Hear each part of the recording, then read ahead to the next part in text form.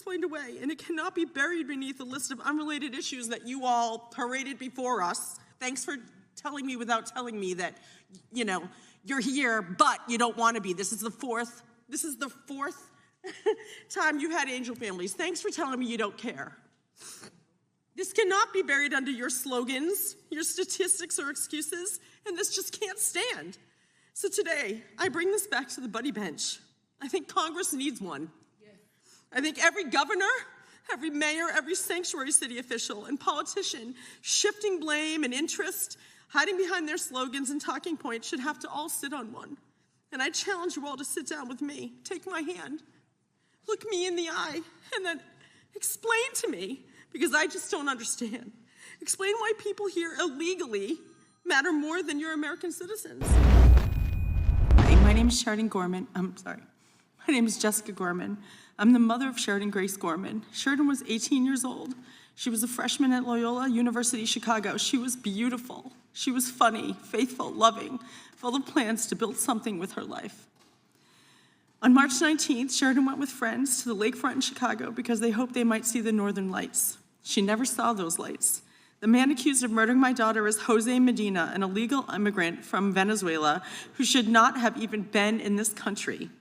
And even after committing a crime and having an outstanding warrant, he was left on the streets of Chicago to murder my innocent American child. But this story, it's not about him. This story is about my Sheridan. It's about how failed border policies, sanctuary city laws, and twisted leaders refused to cooperate with ICE. They sent her to her grave. It's about a government and politicians that forgot their first priority. And the question before this committee is painfully simple. When did protecting our American citizens stop being your first priority?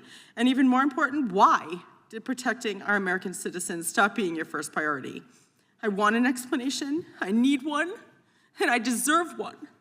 But first I want you to know who my Sheridan was. I want you to understand what we all lost because of your mismatched priorities. My husband and I have always joked that our older daughter, Madeline, is our pride. Well, Sheridan was our joy. From the moment she was born, Sheridan was pure energy, enthusiasm, laughter, fun. She was the kind of person who made every room brighter and usually a little louder. Which is why when Sheridan was in kindergarten, I remember going to her first parent-teacher conference. I was a little nervous because while she was the sweetest little girl you could possibly imagine, she was also the chattiest. I remember sitting down across from her teacher, bracing myself and asking with bated breath, "So, how's my Sheridan?" I'll never forget when the teacher looked at me very seriously and said, "I only have one thing to say to you." Oh, my stomach dropped. Then she said, "Your Sheridan stalks the buddy bench." I remember blinking at her. "I'm sorry, what?" She said, "Your Sheridan stalks the buddy bench." I was totally confused and I asked, is that a good thing or is that a bad thing? And what exactly is a buddy bench? And the teacher smiled and said, "It's a beautiful thing." She explained that they had a bench in the play yard. She said that not all kids are as outgoing and confident as your Sheridan, so the children were told that if they wanted to play or if they felt lonely, left out, shy, they could sit on that bench. And then the other children were told that if they saw someone sitting there, they should go over, talk to them, ask them to play. And apparently Sheridan, my tiny kindergartner, had appointed herself the guardian of that bench. Every day at recess, instead of heading straight to the swings or joining in a game of kickball, my daughter hung back and hovered by the nearby tree, just watching that bench, just waiting, just in case someone might need her. Kids didn't even have a chance to fully sit down on the bench before Sheridan was rushing over to take them, to take their hand, pull them away. Girls, boys, first graders, kindergartners, it really didn't matter to her. If a child looked lonely, Sheridan went over. If someone had no one to play with, Sheridan was there. If someone felt invisible, Sheridan saw them. That was my daughter, and that is who she was until the day she was stolen from us. And I honestly can't make sense of it. I cannot make peace with it. And in what world does the child who spent her life making sure no one was lonely die terrified and alone on a pier in Chicago? In what world does the girl who saw everyone become invisible to the people in power responsible for protecting her? This cannot be explained away, and it cannot be buried beneath a list of unrelated issues that you all paraded before us. Thanks for telling me without telling me that, you're here, but you don't want to be. This is the fourth time you had angel families. Thanks for telling me you don't care. This cannot be buried under your slogans, your statistics, or excuses, and this just can't stand. So today, I bring this back to the buddy bench. I think Congress needs one. I think every governor, every mayor, every sanctuary city official and politician shifting blame and interest, hiding behind their slogans and talking points should have to all sit on one. And I challenge you all to sit down with me, take my hand, look me in the eye, and then explain to me, because I just don't understand. Explain why people here illegally matter more than your American citizens. Explain why sanctuary policies matter more than my Sheridan's life. Explain why cooperation with ICE was too much to ask for, but asking our American parents to bury our children is somehow acceptable. Ask me. I need you to tell me. I want you to imagine that little girl on the buddy bench, that innocent college freshman with a heart full of compassion and a head full of dreams that was gunned down by an illegal immigrant, I want you to imagine that was your daughter, not mine. What if she was yours? Would you even hesitate for 1 second to act or to make changes? My Sheridan spent her whole life choosing others. Today, I'm just asking this committee in our Congress and our country to choose her. She was worth protecting. She was worth saving. And she was worth your brave vote. To all of those who have supported us, who have prayed for us, who have cried with us, and to those who have had the courage to speak out and say Sheridan's name, thank you. Because every time you say her name, you give a piece of her back to us. You remind the world that Sheridan was not a talking point. She wasn't a statistic or a headline. She was our daughter. She will always be my sweet sunshine. And if the people who failed her would rather look away, then I'm asking the rest of you to look right at her. Here she is. There's she and I. Here she is. This is taken the day before she died. Say her name, tell her story, and demand better.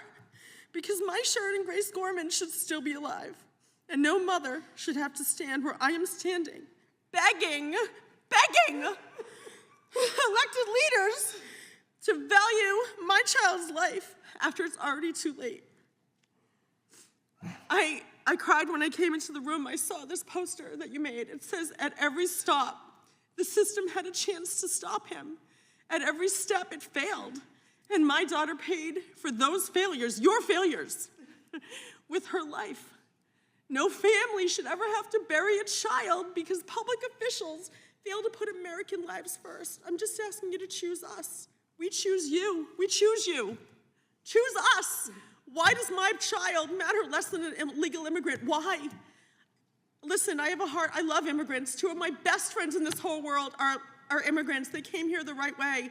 I absolutely think they make America beautiful. But my daughter's beautiful too. I need you to think about what these policies are. And I need you to imagine this is your daughter, because I'm very sure you won't be cutting off anyone when they're speaking. I'd be very sure you won't call this a political stunt. The grief is real. Every day I wake up with unimaginable pain. Do you know what I wake up in the middle of the night and I think, did my daughter cry for me? She made it 40 feet. She made it 40 feet running for her life. Did she cry out for me? She died on that pavement all by herself, lonely, bleeding on that pavement. And I will never, ever rest. I actually have to say that I am devastated. My husband and I, we're only a couple years away from retirement. I've worked my whole life so hard. All I wanted to do was just enjoy our children. Just wanted to enjoy my Sheridan, my Madeline. And now I'm bitter. I'm bitter because I'm a lover, not a fighter.